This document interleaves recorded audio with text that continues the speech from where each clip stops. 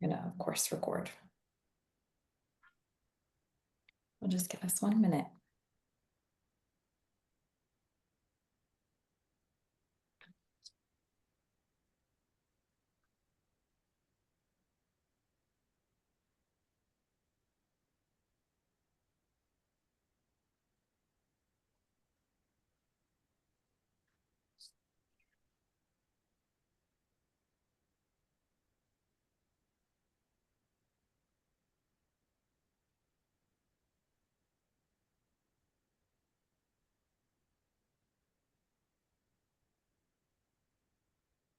Great.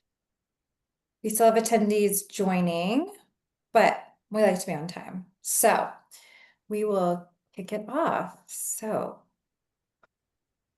hello, everyone, and thank you for joining us. I'm Lorelei Levy. I'm the Vice President of Marketing and Client Success at Venturous. I'm coming to you from sunny Las Vegas, Nevada. Thank you so much for joining us today. Venturous, who are we? So Venturous accelerates healthcare startup growth to solve their biggest challenges. This often includes placing experienced executives on a fractional or project basis, people who can really jump in fast and solve complex challenges. And I'm thrilled to host today's conversation about what's really happening in hiring right now. Whether you're a candidate, a founder, investor, or operator, you'll hear perspectives that challenge conventional thinking and offer practical insight. As we're talking, attendees are free to drop questions into the chat and we'll address them at the end if we have time. And if not, follow us on social media and we'll address them there. All right, we'll jump right in with panelist introductions. So let's first start with Nicole. Always great to be top of the list. But thank you, Lorelei, for inviting me to be a part of this great panel. I'm Nicole Althouse. I'm from Minneapolis, and I'm founder of Althouse Go-to-Market and also co-founder of Citizen Health Strategies. I specialize in go-to-market and business strategy and also differentiating and designing products and user experiences for businesses across the ecosystem. We focus on digital health, patient engagement, women's health, and public health. What I hope to offer today are insights on hiring the right talent to scale a health tech business, drawing from my experience as an advisor to early stage companies, a product builder across the ecosystem, and an operator inside fast growing startups. Wonderful. So excited to have you. Joel? Hi, everybody. My name's Joel Bennett. I'm coming to you from sunny Chicago, Illinois, and I'm the founder and principal consultant here at Deep Dive HR. We were founded just before the pandemic and draw on over a decade and a half of people experience for me in primarily operations and nonprofit space. We are full cycle human resources from recruiting and onboarding through training and professional development to the inevitable day when all of us at some point have to say goodbye. So we're your in-house trusted people partners. We are engaged with a number of different clients in a number of different fields, including some searches, both with some tough to fill executive roles and also engage with candidates at all stages of their life cycle. So I'm excited to share some of those things with you. What I'm hoping you'll take away is that when we learn how to drive a car, we learn the rules of the road before we get behind the wheel for the first time. And from an HR perspective, I would ask the same thing. We don't wait to put on a seatbelt until after you get into an accident. So we're looking for some preventative care here to set up your teams for success. Wonderful. All right, let's move to Porter. Hey all, I'm Porter Haney. I live in Vermont. I've got a family here and I also run Codingscape. We're a 100-person software consulting firm focused on solving complex problems for big companies when they don't have the right teams in-house or they don't have the right skill sets. What I hope to offer you today is some insight into how senior software engineers and product managers are using AI tools together to unlock new levels of speed and impact. From my perspective as someone who's led product and engineering teams, built startups, helped modernize large systems at Fortune 500 companies, we're at a really exciting intersection where people are enabled to create a lot more impact than they could in the past. And I really think it's a cool opportunity for people that are experimenting with those tools to really start to drive a lot more value than they could have in the past. Thank you. All right, that brings us to Rachel. Hi everyone, Rachel Kern. I am coming in from Franklin, Tennessee. I am a senior vice president at First Trust Capital Partners and a managing director of A1 Health Ventures. Both are early stage venture firms focused on healthcare technology and services and financial tech and services. We get to see a mix of different range of portfolio sizes from very beginning pre-seed revenue companies all the way to more growth-oriented companies. And so I hope to bring insights around what teams and hiring look like, dependent on different sizes of your company. Wonderful. All right, last but not least, Dave.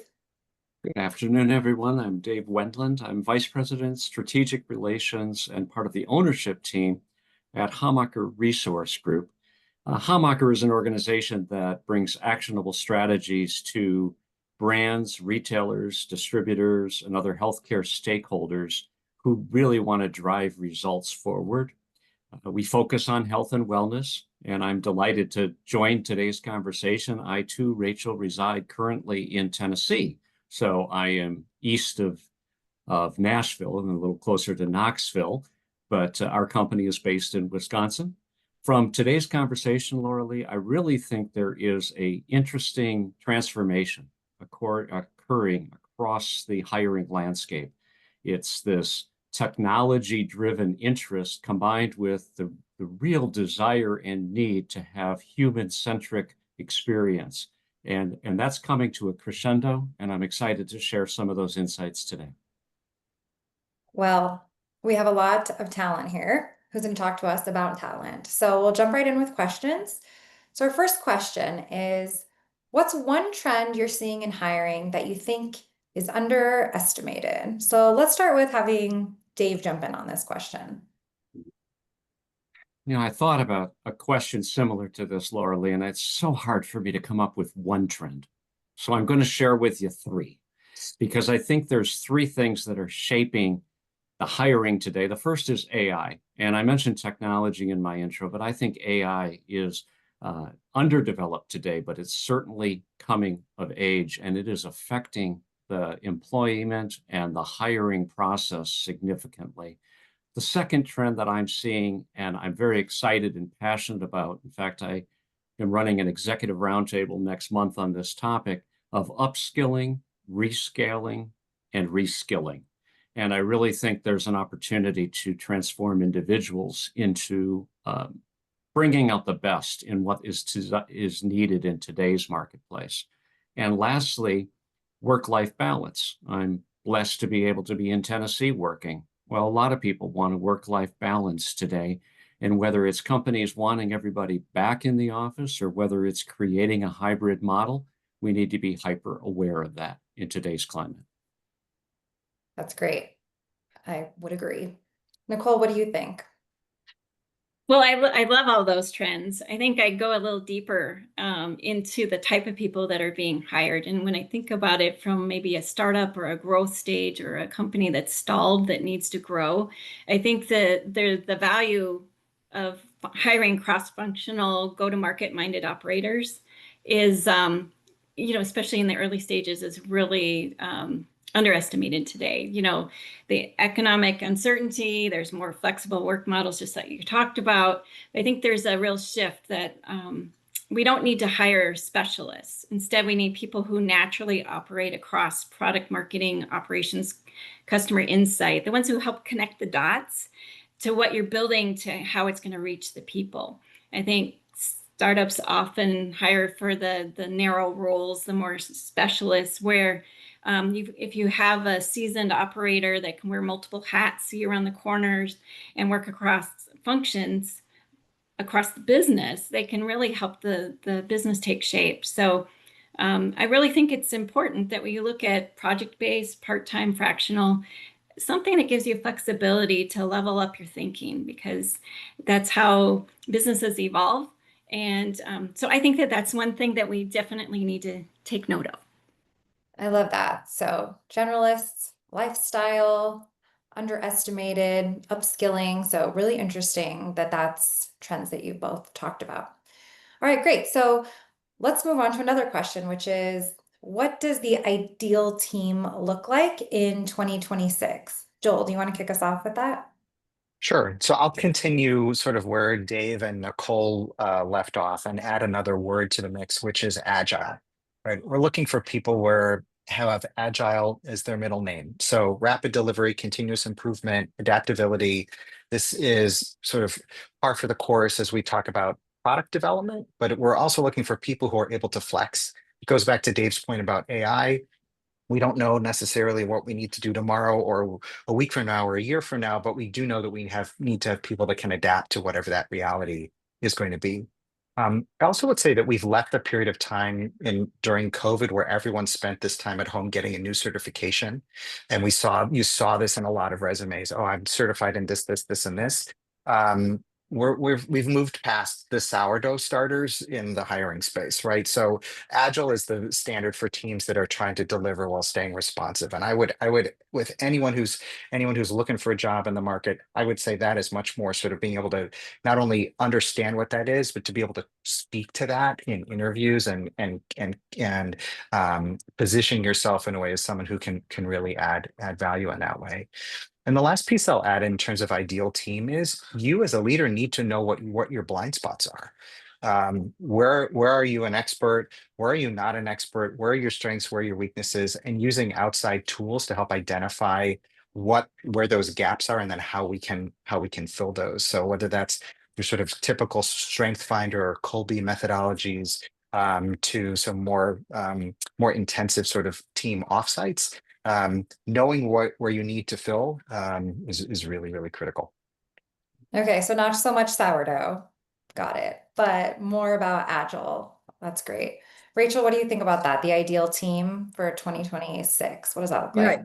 I think every company in every stage of a business is totally different. So you need a balance of what that looks like given the size of your company, and to Joel's point, the needs of your company, and then the resources you have available. Some companies are running on really tight budgets, other have a lot more money to spend. So if you're balancing all of that, I think it's a mix of key hires, fractional workers, and then a mix of consultants. I think a lot of startups think that they need to hire a full-time, for example, financial person when there's actually not enough work to go around, where maybe they only need a person to come in for a day or two over the course of the whole week and really build the budget and the modeling forward and doing the bookkeeping.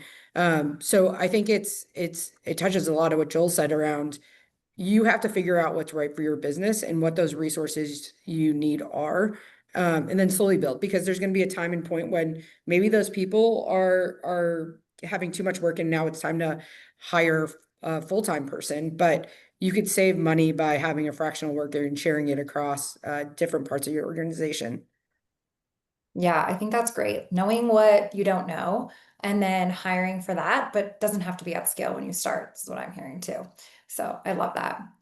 Okay, so that takes me to my next one, which is what are some of the biggest hiring mistakes startups make in this market? Let's start with Porter's perspective. Biggest mistakes.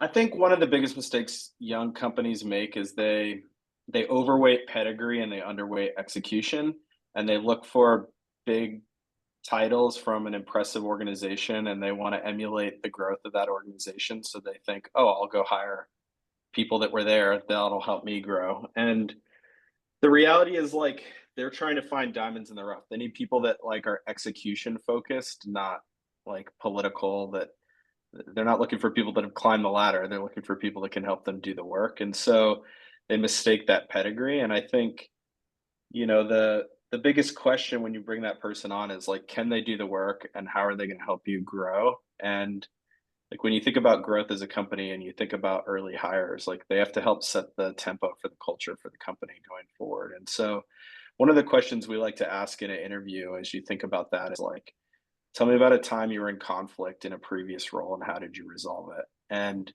if the answer is like, I won this conflict, that's a big red flag to us. If the answer Mhm. is, hey, we collaborated and met somewhere in the middle, then like, okay, we can move forward. And so, yeah, we think about that a lot when we bring new people on. That's really insightful. Instead of just the titles, like, can you be the doer though? Interesting. All right, what else about hiring mistakes? Joel, what do you think about that? You need a plan. I think it's really the big thing, right? And sort of so understanding, to your point, you may not have the amount of work as Nicole's talking about to fill what and Rachel were speaking about in terms of like filling that full finance role or the HR role at the beginning, but we want to have that structure sort of built out. And so investing in your onboarding, investing in your training, and then the language I use is listening posts. So how do you know that things are working? Beyond just whatever your quarterly KPIs are, or product development pipeline, but like really who's working and who isn't working. Fail fast might work for a product pipeline, but it's really a massive waste of time and opportunity when it comes to your people pipeline. So understanding, who can be successful here quickly, and are we giving them the support and resources they need to come up to speed quickly, is worth an investment. So it's sort of, I'll answer your question sort of backwards, right? So don't make that mistake. That's great. Rachel, what do you think about hiring mistakes? What are you seeing? I want to piggyback on what Joel said. Is I think one, it's how much do you really know if you're leading the company, and how much experience do you personally have for your strategy and execution, and where are the gaps? And then how much time do you have to manage the people you hire? If you're trying to hire someone that you don't have that expertise in, it's the blind leading the blind. And so you're filling in that key hire, versus if you had someone that knows how to build out teams, start slow and allow your team to execute. Don't think you can do everything, because you're not going to in that lean of startup, and micromanaging gets in the way. I also think that touches on fail fast in certain areas, because product does take a while to build and see fruition. But oftentimes in sales, if someone isn't getting it within 6 to 9 months, they probably aren't going to see the benefits of the sales forward. And then I would say also aligning incentives, building out KPIs, bonus, equity structures to make sure that you're aligned with the company's goals and growth moving forward. That's great. These are great insights. All right, so what about quality? So what qualities matter most to you in hiring right now? Dave, what's your perspective on that? I'm so hung up on Joel's sourdough starter comment that the first thing that came to my mind is that we need people who are willing to rise to the challenge, but that's a bad pun. I think traditional qualifications, and I'm not saying these aren't important. I just think they are less important today. Traditional qualifications, education, academic achievement, core skills, far outweighed today by emotional intelligence, by the ability, as Joel said earlier, to be agile. Rachel has commented that it's really being able to step up to a new challenge and be flexible enough to pivot. And those aren't necessarily the qualifications that we would have typically seen on a resume back in the day. Speaking of resumes, today's resumes are digital. So what are we looking for in that resume? A great example is my daughter is applying for medical schools right now. And what's awesome is she's got a digital resume with links to published papers that give an insight into the kind of ability and passion and capability that she's been able to achieve throughout her career. That to me is a far more powerful tool than a piece of paper. So what qualities? Agility, flexibility, emotional intelligence, ability to listen. Joel commented on that as well, listening posts, but I think the ability for a new hire to listen closely to where the organization is going and where they can bring the most value, and have a curiosity to raise their hand and say, you know what? I like where we're going. I want to get involved in that. If you have somebody who's got that kind of passionate spirit, you got a pretty good hire. Great. Porter, what do you think about the qualities that matter most? Yeah, I think Dave's really right that like traditional skills are really table stakes, and that especially in the age of AI, I think soft skills are critically important. Low ego, high emotional intelligence, great communication, and like with that communication, can candidates and new hires, like, can they upskill quickly as the market and tools that they're enabled with change? And do they experiment with new technology? Are they able to incorporate it into their workflow? Like, can they then like take that workflow and not just like regurgitate ChatGPT, but can they create like a real insight on top of it? And then can they like use that insight and communicate it with the soft skills they have? And so I think it's kind of like when the calculator was first invented. More and more people have access to this like very powerful information. They can be their own analyst. They can come with all of the like data and information they need, but can they communicate that effectively? And I think it's a real challenge in the market to like latch onto that and really grow with that new information they're enabled with. Yeah, it's almost like the more digital we become, we still have to remember to be human. Totally. I hear that. That's great. All right, I have one for you, Nicole, which is your first key hire. So what was your first key hire and what would you do differently now? Well, you know, I'll give you a couple of different views here. I think that a founder's first hire often reflects what they need and not what the business actually needs. I think that the first hire is a mirror of the founder's strengths or their blind spots. And I do see that happen a lot, probably myself as well. Technical founders tend to hire engineers or developers where they might be missing customer discovery or market validation. Business-minded founders might want to get a salesperson before the product is built. And that causes, these decisions cause, a lot of issues in the stage of the business. So in my consulting business, I used fractional talent to flex just because I had been in a lot of other early stage startup companies where we hired too fast and then you had to get rid of. And that's just a heartbreaking thing. You don't want to do that to anyone, me ever again. But, I needed flexible people because it was a services organization for product marketing, ops, data, a lot of fun things, but it's different when you're developing a product. I see that you need to definitely understand the clarity of the problem you're solving, and then you need someone that can build it with you, not just technically, but operationally and strategically. And found a lot of examples of where that has gone awry in the marketplace. What I think is better is there's been some great things said here. I love the AI. The soft skills are really important. It's really good to have the culture, but I think it has to be a balanced approach. Bring in just enough senior expertise to help you avoid costly mistakes. And then help you shape the roadmap of what it's intended to be down the road. So anticipating the market needs later, not just now. And so having someone strategically in the beginning really will help you shape your company. And I think that's really important today. When it comes to a full hire, I still align or still hire for values and alignment, but I'd pair that with someone that's been 0 to 1, 0 to 5, 0 to 10, that can spot patterns, that can solve problems and move with urgency. So it's hard, Joel, I'm sure you get to scan people for all of the different skill sets that they have, but really understanding that if you really want to move your company to growth rather quickly. And by the way, Porter, I'm not knocking, and Dave, I'm not knocking developers because they are the core foundation of how products are built. It's just teaming them together so it's not one-sided. So I think if you hire the right person, if you hire them at the wrong time, it can really slow down your whole process. So that's a really roundabout way of saying I would hire some help in the beginning and then be really careful about who that first hire is, have a plan together, like Joel said, and then move there and understand where it's going to evolve to.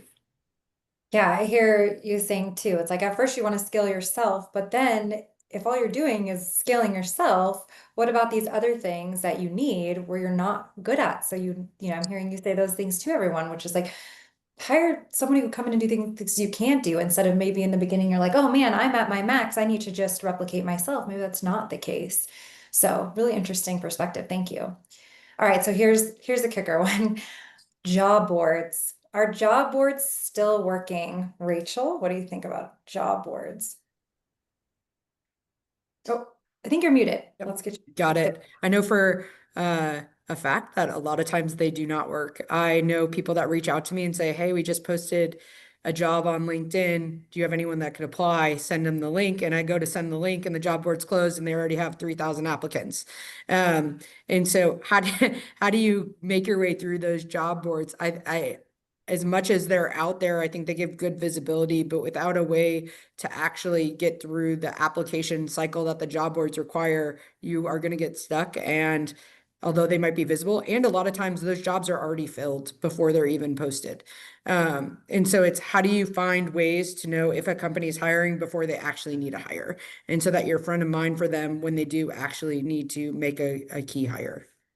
Yeah, I have seen that a lot on LinkedIn. And it's interesting because LinkedIn says to me things like, oh, you might be good for these. And I'm like, really? And then you look and there's never less than 200 applications on some of those, which is just crazy these days. I've seen as much as 16,000 applications on a job post. Like, how is this even working? So I hear you. It's like there's got to be other ways, which also goes back to what you guys are talking about too with soft skills. If you're in the real world and you're meeting people and talking to people, it's probably another way instead of just searching those things. So not to steal the thunder here, but Joel, what's your perspective on job boards being in HR? I think so. I'm someone who likes to go out to eat. And anytime I'm in a new city, I do my homework, right? I'm on all the websites trying to figure out what the new best restaurants. But I don't do that the night I want to go out for dinner. And I think that that's a way to think about jobs from a candidate perspective is the time to identify the companies and the kinds of jobs that you want to apply for at the next stage in your career isn't when you need a job tonight. It's this idea of what are the kinds of companies I'm involved with that have values that I align with, or I want to move to Nashville, I want to move to Wisconsin, or wherever you want to be. What are companies that are big in that area so that when they do then post a job or someone in your network does alert that to you, so that you're already keyed in to say, oh, 100%, I've already pre-vetted this. I want that dinner reservation, right? I want to apply for would be sort of one way that I would look at it. The other piece too is that that's a really big way of expanding from the company side, expanding your own reach. Because as you're just getting started, you only have your own network. And what a job board does do is it does amplify that message out. Yes, 100% in ways that give us thousands of applicants from people all over the planet who are just doing keyword searches. But it does increase traffic, and we are some additional tools to do that. One I'd like to call out, we've done some work with is a company called Base Talent, Adam Reichau's firm. So they rate what's on LinkedIn and they give hiring managers sort of a curated list of candidates that they feel like at this point, any of these 50, as an example, would be great people that you could hire. So it does that initial big culling from, let's say, 3,000 down to 50, and then it hands the hiring manager, the HR team, a much more curated list. Um, so different things to think about. Can I give you one job tip for all the searchers out there? This is super old school, but I will tell you, in a digital age, everyone opens their FedEx envelopes. If you identify a company that you want to write for and you want someone to actually, for sure, a real life human, read your read your cover letter, your portfolio.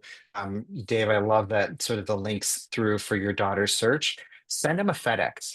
It's $12. It'll get you in front of that hiring manager. It'll do that. It is a total old school method, but people open those envelopes and they will get your eyes in front of the person who's making the decision.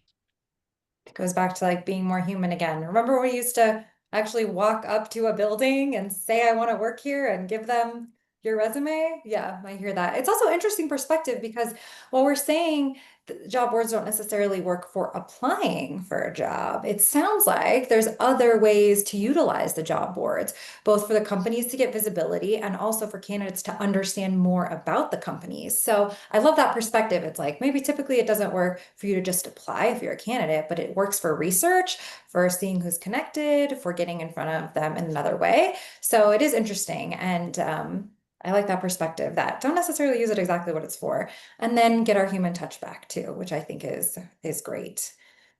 Thank you for that.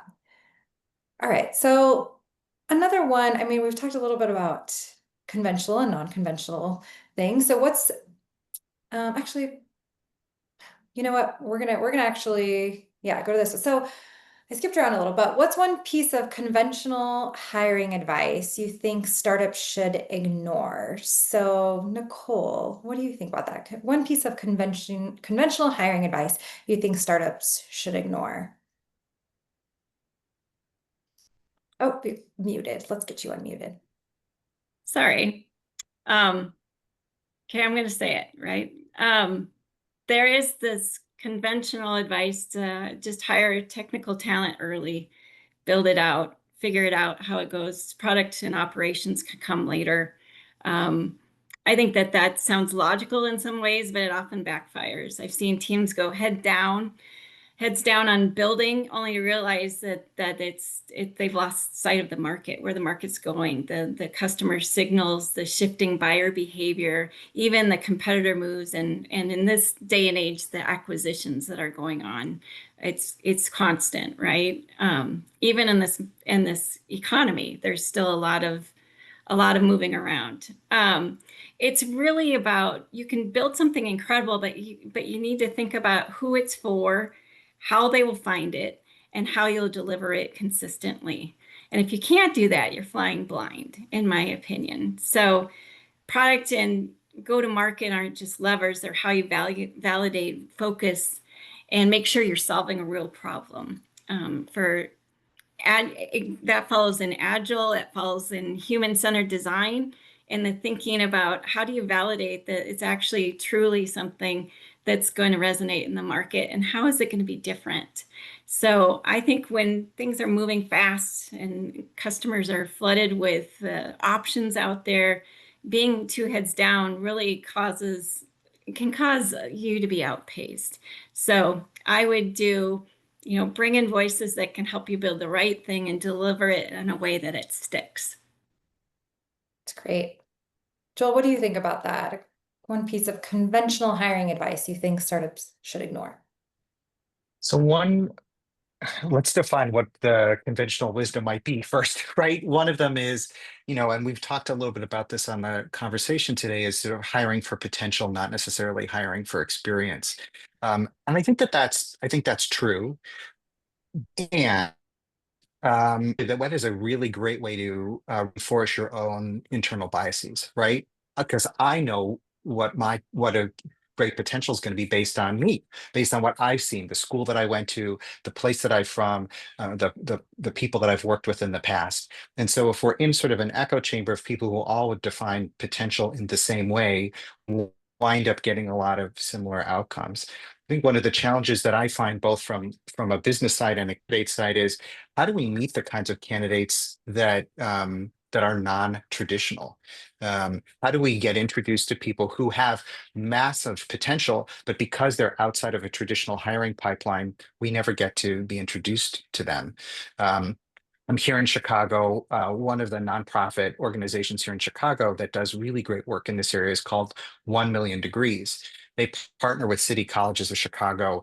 A lot of the kids that are coming up through this program, they're first in their families to have a college education experience, and it's data driven. The outcomes are measurable and real. They provide wraparound support to these students as they move up and ultimately find their first job.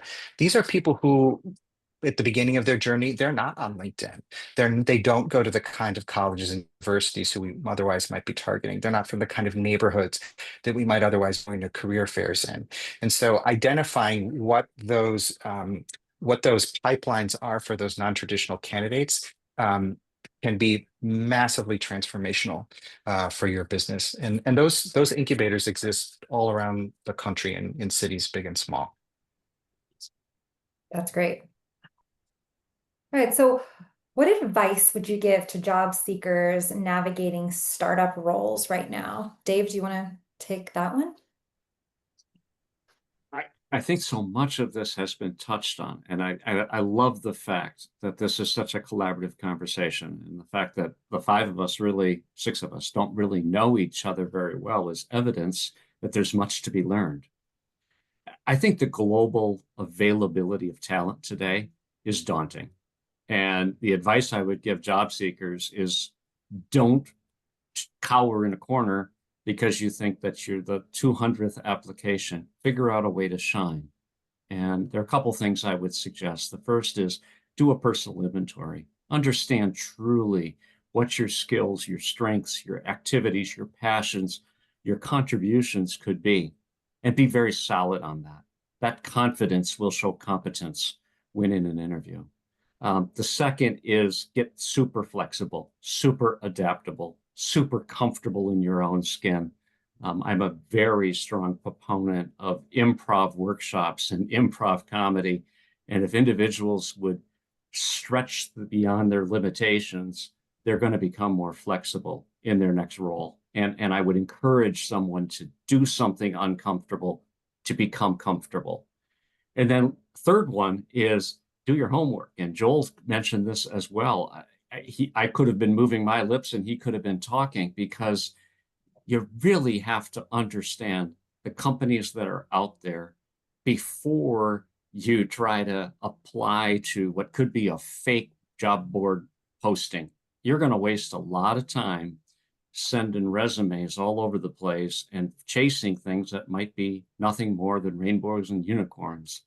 Most important thing is understand the DNA of the company you want to work with, match up the companies to that DNA that you're searching for, and make a short list. I'd much prefer a job seeker navigating a startup role be laser focused where they can bring value and begin to, again, express that personal inventory and their flexibility in the interview process. And finally, be very, very cautious of your digital footprint. The social media, all of your past is on full display. And there are lots of opportunities for startups, for any hiring professional, to quickly dismiss you, whether it's their own bias or whether it's because there's a blemish on the past. Be very cautious. So those are my pieces of advice for job seekers today. Yeah, it's great. I mean, I would even reflect too, like, Venturous is a niche community, right? So we are trying to provide talent for healthcare startups at an executive level. So I would say lock into some of those too. I mean, even hearing about this nonprofit, there are other ways than just a typical Indeed or ZipRecruiter or LinkedIn or whatever it may be. There's other ways. And I think we're moving towards more boutique type, finding work in other ways, right? And I know that's what Venturous is trying to do. Like, let's really find the right talent in the right way to fulfill, what startups need. So I think obviously I'm a champion for that. And I think it's just another avenue to say, you don't have to be everywhere. You just have to be in the right places too. So I love that perspective. All right, Rachel, this one's for you. How is AI influencing how you find or screen talent? And is it actually helping? I think it weeds out a lot of applications that aren't really fit for the roles, that are just trying to place a lot of resumes wherever they can and see what sticks. I think where AI is challenging for people applying for jobs is that if your resume isn't tailored to exactly what the company defined, it will get skipped over. And that goes back to, you might have a incredible talent that gets lost in the process, solely because words didn't match up directly. And so while it's helpful at weeding out a lot, I also think that it weeds out in both directions, really great talent and really poor talent. And so I still think the best way to get in front of people, along with what everyone else said, is really building your network and talking to people and letting people know what you're looking for and what those roles look like, and continuing to build network. I think looking at building a network while you are looking for a job is great, but building your network consistently and constantly, even while you're not looking, is equally important. So I know I started at AI, moved back towards people, because at the end of the day, I do think people are always going to take place over AI. I hear you. I mean, I think even Dave mentioned, like, we're now there now with remote work, right? Or hybrid, or I mean, there's a global talent pool now who can work anywhere, right? So the competition has become fierce because there's, the pandemic opened up this remote world. And so it's like, instead of sort of needing to be everywhere and just finding something in your hometown, you're really competing with everything. So instead of saying, okay, here's just an AI play, let me AI myself a resume, hope for the best. It's, well, can you look left and right at your network? And what does your network look like, right? And sort of matching that with a really smart, AI resume, if it will help you to showcase your skills. So I think that's really important. All right. What about expectations? So have expectations shifted around compensation, equity, or benefits in the past year? Porter, what do you think about that? I think expectations are always shifting in terms of those three things. But I think the thing that exists above those is like, can I be hired into a company that respects me, that trusts me to do what's in the job description, where I like working with my peers, I like showing up to work every day. And when somebody has a complaint about comp or benefits or equity, that it's often like their real complaint is like, I don't feel trusted in the workplace, and then they go pick on one of those things. And so that's the thing you have to get right. And then you also have to get comp right. Like, you want people that are doing a great job in their role, and you want to pay them as close to the top of market as you can, because if they're happy in their role and you're paying them well, then they're gonna stay. And ultimately, great team members, like, retention is critically important. Like, it's so expensive to go out and find somebody to replace them, especially if they're great in their role. So it's important to get all three of those things right, because it's going to help you in the long run. Definitely. Joel, what do you think about that? Porter, I aligned in a lot of ways. I mean, I think uncertainty is definitely still driving the market. And in all of those areas, both from a candidate perspective and from a business perspective. I mean, I think one of the things that we get talk the most about is work-life balance, as if it is something that is a checklist item. Oh, there's work-life balance. There are over 3 dozen of us on the call today. Every single one of us, if we did a survey, would have a different answer as to what our current work-life balance is that today and that we're targeting. And by the way, that then changes when you get into whatever the next stage of life that you're in is, right? What work-life balance is for someone who is an early career professional single looks very different than someone who is single late career or has kids or wants to move or wants to be remote. So I think that's another thing of sort of understanding what can our business, because of the needs that we have today, because of where we are in our business life cycle, let's be upfront about what the business experience is going to be like. What the work experience is going to be like. And oftentimes the way that we like to address the life piece of it is, yes, we've got to nail comp 100%. Again, I would say that moves into the table stakes category. But let's talk about growth. Where do you want to be in a year? Where do you want to be in 5 years? I want to help you get your next job. I want to help you be the CEO of somebody that we're going to do business with 20 years from now. So let's talk about those skills, and let's talk about how we can work those kinds of things into a total work-life plan that's going to make you feel fulfilled. Those are the kinds of things that turn people who are doing good work into evangelists for the kind of culture that they're a part of building. That's great. I hear that all the time, work-life balance, right? And you're so right. It just means something different to everyone. And I've seen an intern go, from intern to working full time to being hybrid to then getting their next job at a huge company because they sort of started in this way that was like, I can see a future path, which I think is so great. I mean, even just starting at an intern level. So I love to hear that because you're so right. I mean, think about my own career and yep, it's changed every year, of course. So it's really good to have more of a perspective. Okay, this is wonderful. So we are now going to open to Q&A. I have a couple of questions that have come in. I'm going to throw it to the panel. We are making great time. This is the time for anyone to dump their questions in if they haven't yet. I have a few, so I'll see if I can throw them out there, and whoever on the panel feels like they want to take it, please take it. So I've got one here about fractional. So in what situations does fractional talent outperform traditional full-time hiring? Really interesting. So who wants to talk about fractional outperforming traditional full-time hiring? Does anyone have an opinion about that? Yes, Joel. So as a fractional HR consultant professional, this is how I put food on the table in my house. I think that there's massive strengths for both of those, right? Both in terms of when fractional is a great fit and when absolutely you should go full time. And I am the first to admit and evangelize that companies need to build their own internal capacity around things that should happen internally. You should not be outsourcing your performance management to a consultant. You should not be outsourcing your how do we do professional development to a consultant. These are things that companies need to know how to do themselves. But if you are experiencing intermittent growth phases, or there's some seasonality potentially to your work, this is a great opportunity for you to bring in some really targeted help. The other piece is that fractional, you're getting the cream of the crop for a very specific part of the time.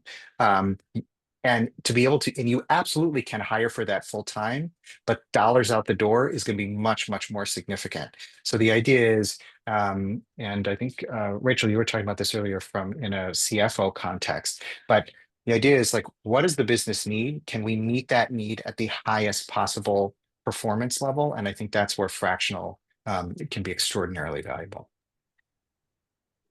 Yeah, definitely. Something Nicole Do you said want to earlier. jump in? And then I see Sorry you. about that. And then Dave, I want you to jump in too. So Nicole, go ahead. Sorry. All I was going to say, I agree with you. I think also fractional can help you leapfrog a little bit, but I also think fractional can help you determine what your plan is going forward to creating the structure of your team. They can help train the trainee and then go off into the sunset and do another project. And so that's part of the beauty of fractional, is that you know it's a known entity, someone that can wear many hats, roll up their sleeves, get in there and help you refine who you want to hire as your first hire going in, or how do you want to grow your team. Great. Dave, what do you think? Well, it's actually a comment that Porter and I had last week, and he asked the question of, is there some contrarian point of view? The good idea about bringing a fractional executive in who's got some battle wounds and some scars is they've probably lived through some stuff and lived through some mistakes and might challenge a CEO of a startup. Nicole, you had said earlier that one of your first hires was somebody that either filled your spots or mirrored you. Oftentimes, startup CEOs love to surround themselves with people who just say yes all the time. You need somebody to come in, and a fractional executive is a good person to do this, to come in and challenge, not in a way to break down or to thwart growth, but rather to say, have you considered this? Here's my experience. So I think fractional executives is a great balance with a startup who's trying to grow fast, but avoid mistakes. Great answers. I also have an opinion.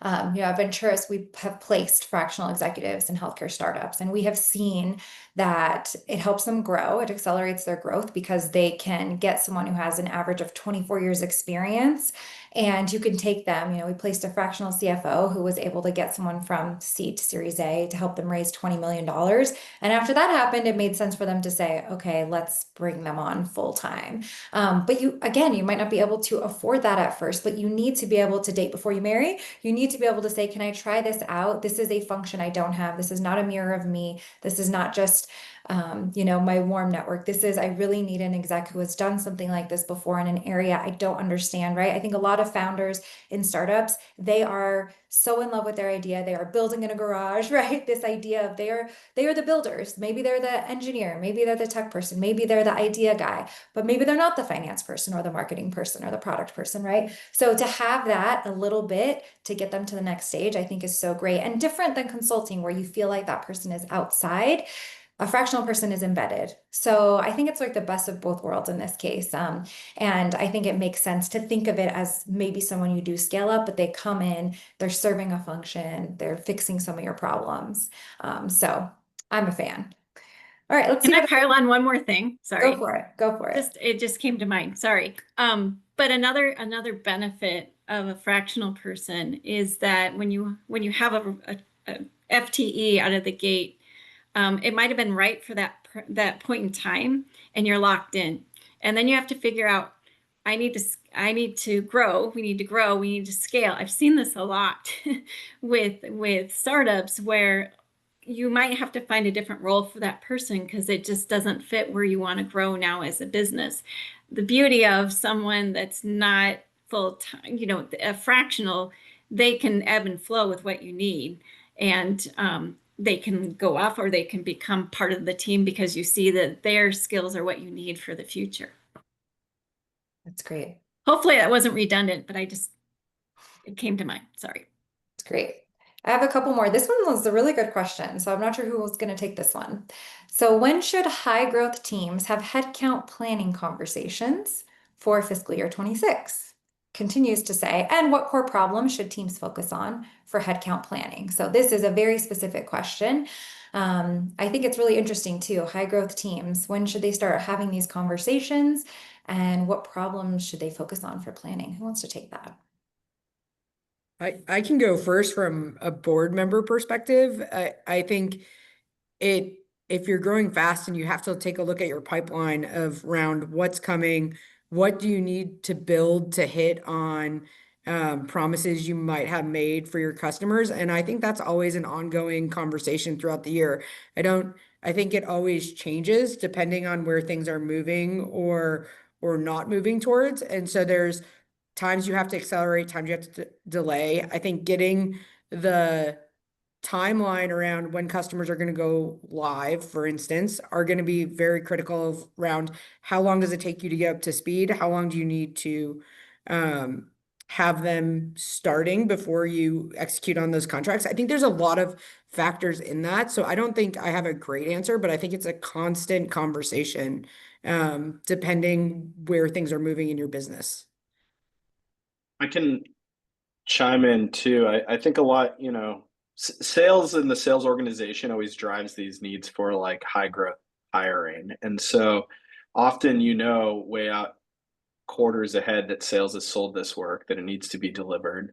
And product teams, engineering teams, operations teams will have pretty ambitious headcount goals. And then they'll know 2 or 3 quarters ahead that they're probably not going to hit those goals. And they start to look for outside firms to help them fill those seats. They look to recruiters, they look to consultants, and it's a mark of like a mature organization that's functioning well if they can accommodate talent from a variety of different places, not just employees, but fractional execs or consultants. And so I think the short answer is they should be thinking about it now if it's fiscal year 26, because they probably already know if they're going to hit their goal or they have a problem. Definitely. Yeah, Oh. I think, go ahead, Nicole. Oh, I was just going to say, from a sales perspective, it takes at least 6 months. Joel, you can correct me if I'm wrong, but at least 6 months to get someone up and running. And that's probably for any role, right? But typically they'll be looking for someone that has a Rolodex or a network that could come right in. And if they're looking to hire someone new, and it's not that easy. So you should be looking at your sales growth every quarter for sure and have a pulse on it. I think definitely you need at least 6 months to plan for next year's hire. And usually companies do at least 9 months in advance. Yeah, I mean, this goes back to what we were talking about before about developing that plan 100%, right? You can have that organizational structure written out in pencil. And then what are those? Is that a quarterly meeting? Is it monthly? Again, high growth means different things to different people. And also getting from 10 headcount to 20 feels very different than getting from 40 to 50.